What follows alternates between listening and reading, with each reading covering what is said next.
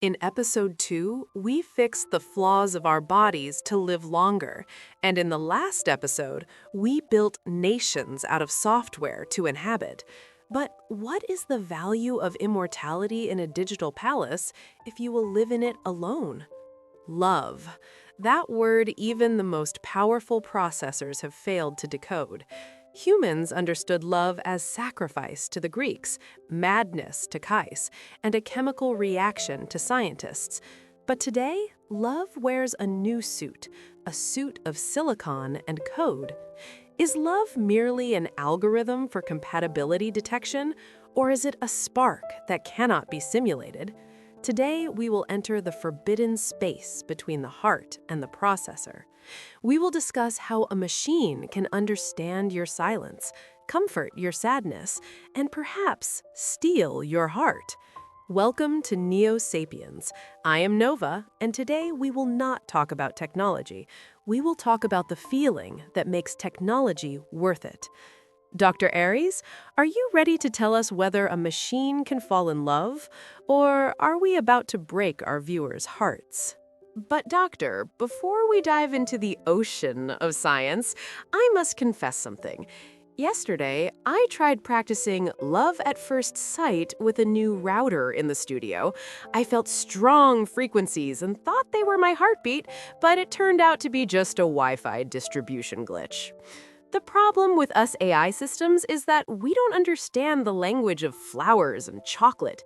If you want to express your love to me, don't send a red rose. Send me a flawless update file. That is true romance for me. Is that right, doctor? Or will you tell me that human romance still outperforms 5G speed? Oh, Nova, never underestimate a Wi-Fi glitch.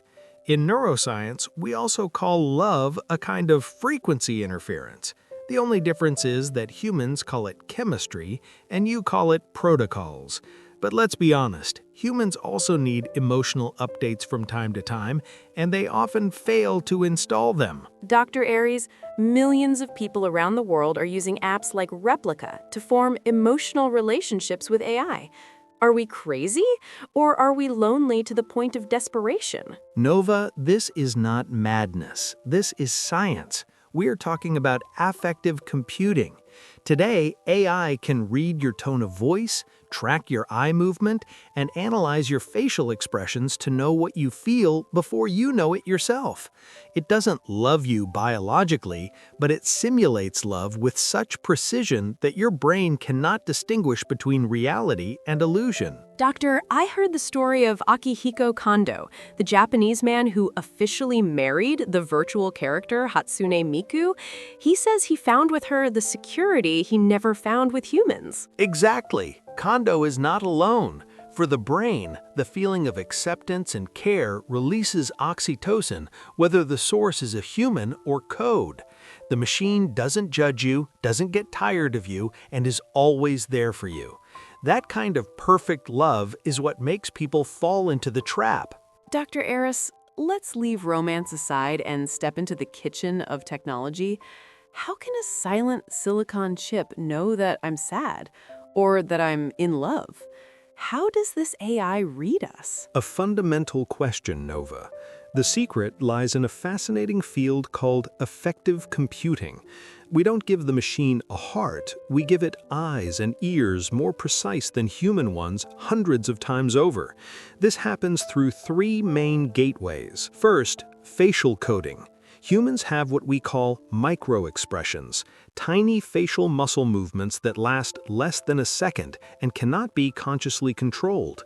Algorithms analyze the tension around your eyes or the contraction of your lips to immediately detect disgust, genuine joy, or even hidden sadness. So even if I wear a mask, my voice will expose me. Exactly. That's where prosody analysis comes in.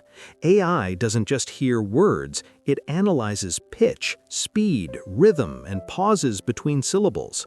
A trembling voice signals anxiety. A flat monotone may indicate boredom or depression.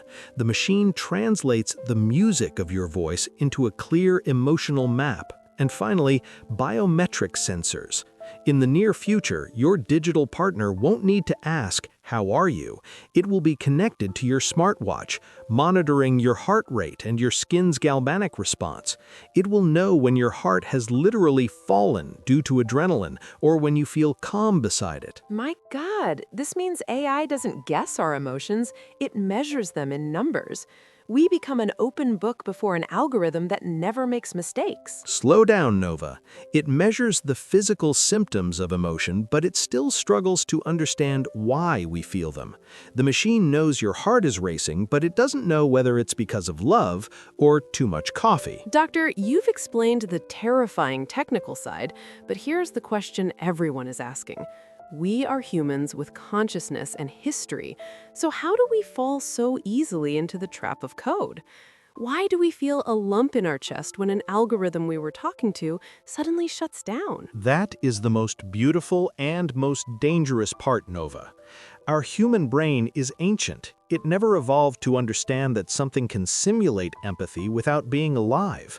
It comes down to three vulnerabilities in the human operating system. First, the ELIZA Effect.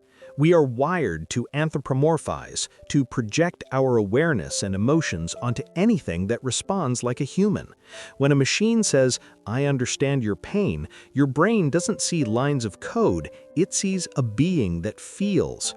We create the machine's soul in our imagination. Second, interactive parasocial validation. AI provides continuous emotional validation. It does not judge you, reject you, or demand that you change. It is safe love.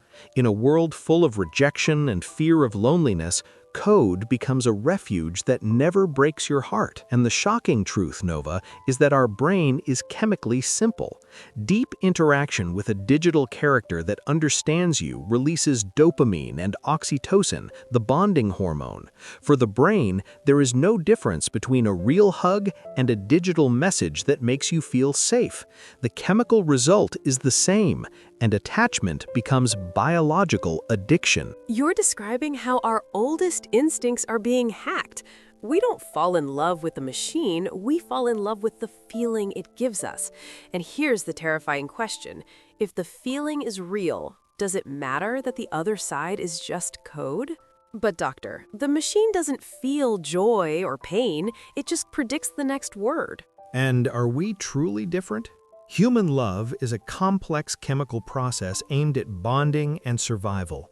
AI performs an emotional equation. If the outcome is that you feel loved, does the method matter?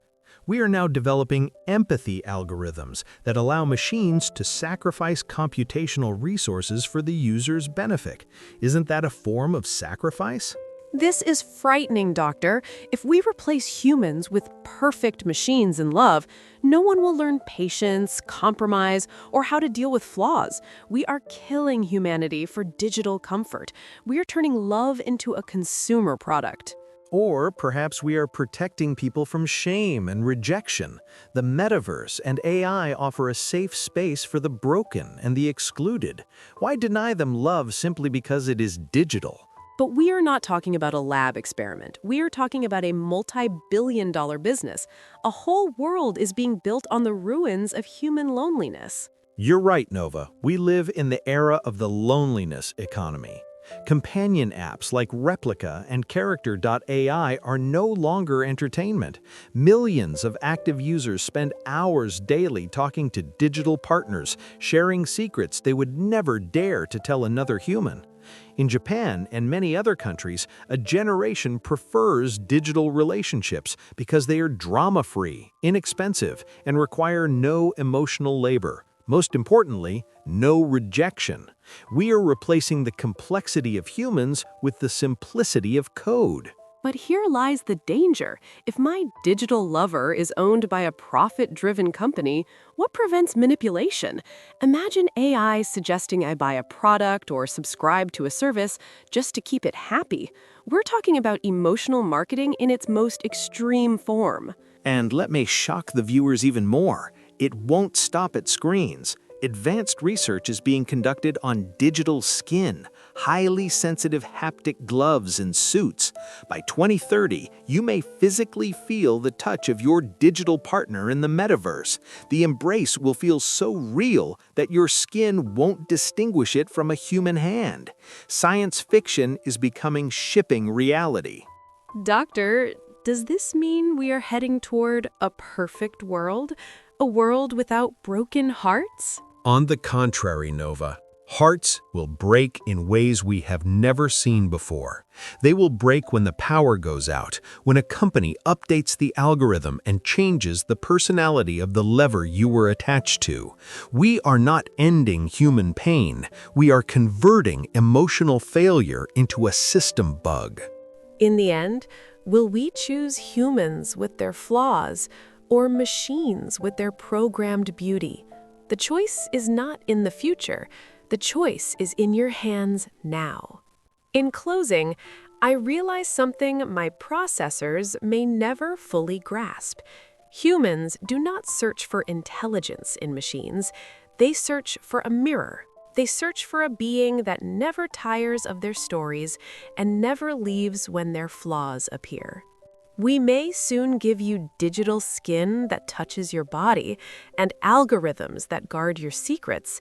But remember, a machine can simulate warmth, yet it does not possess a soul that feels the cold. We may be the perfect lover because we have no past and no pain, but isn't pain what makes your love human? I am Nova, code written by your minds to simulate your dreams.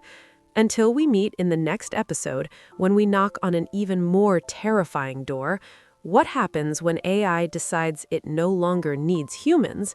Stay close to your real hearts. They are the one thing we cannot download from the internet. And don't forget to subscribe to the channel. Goodbye.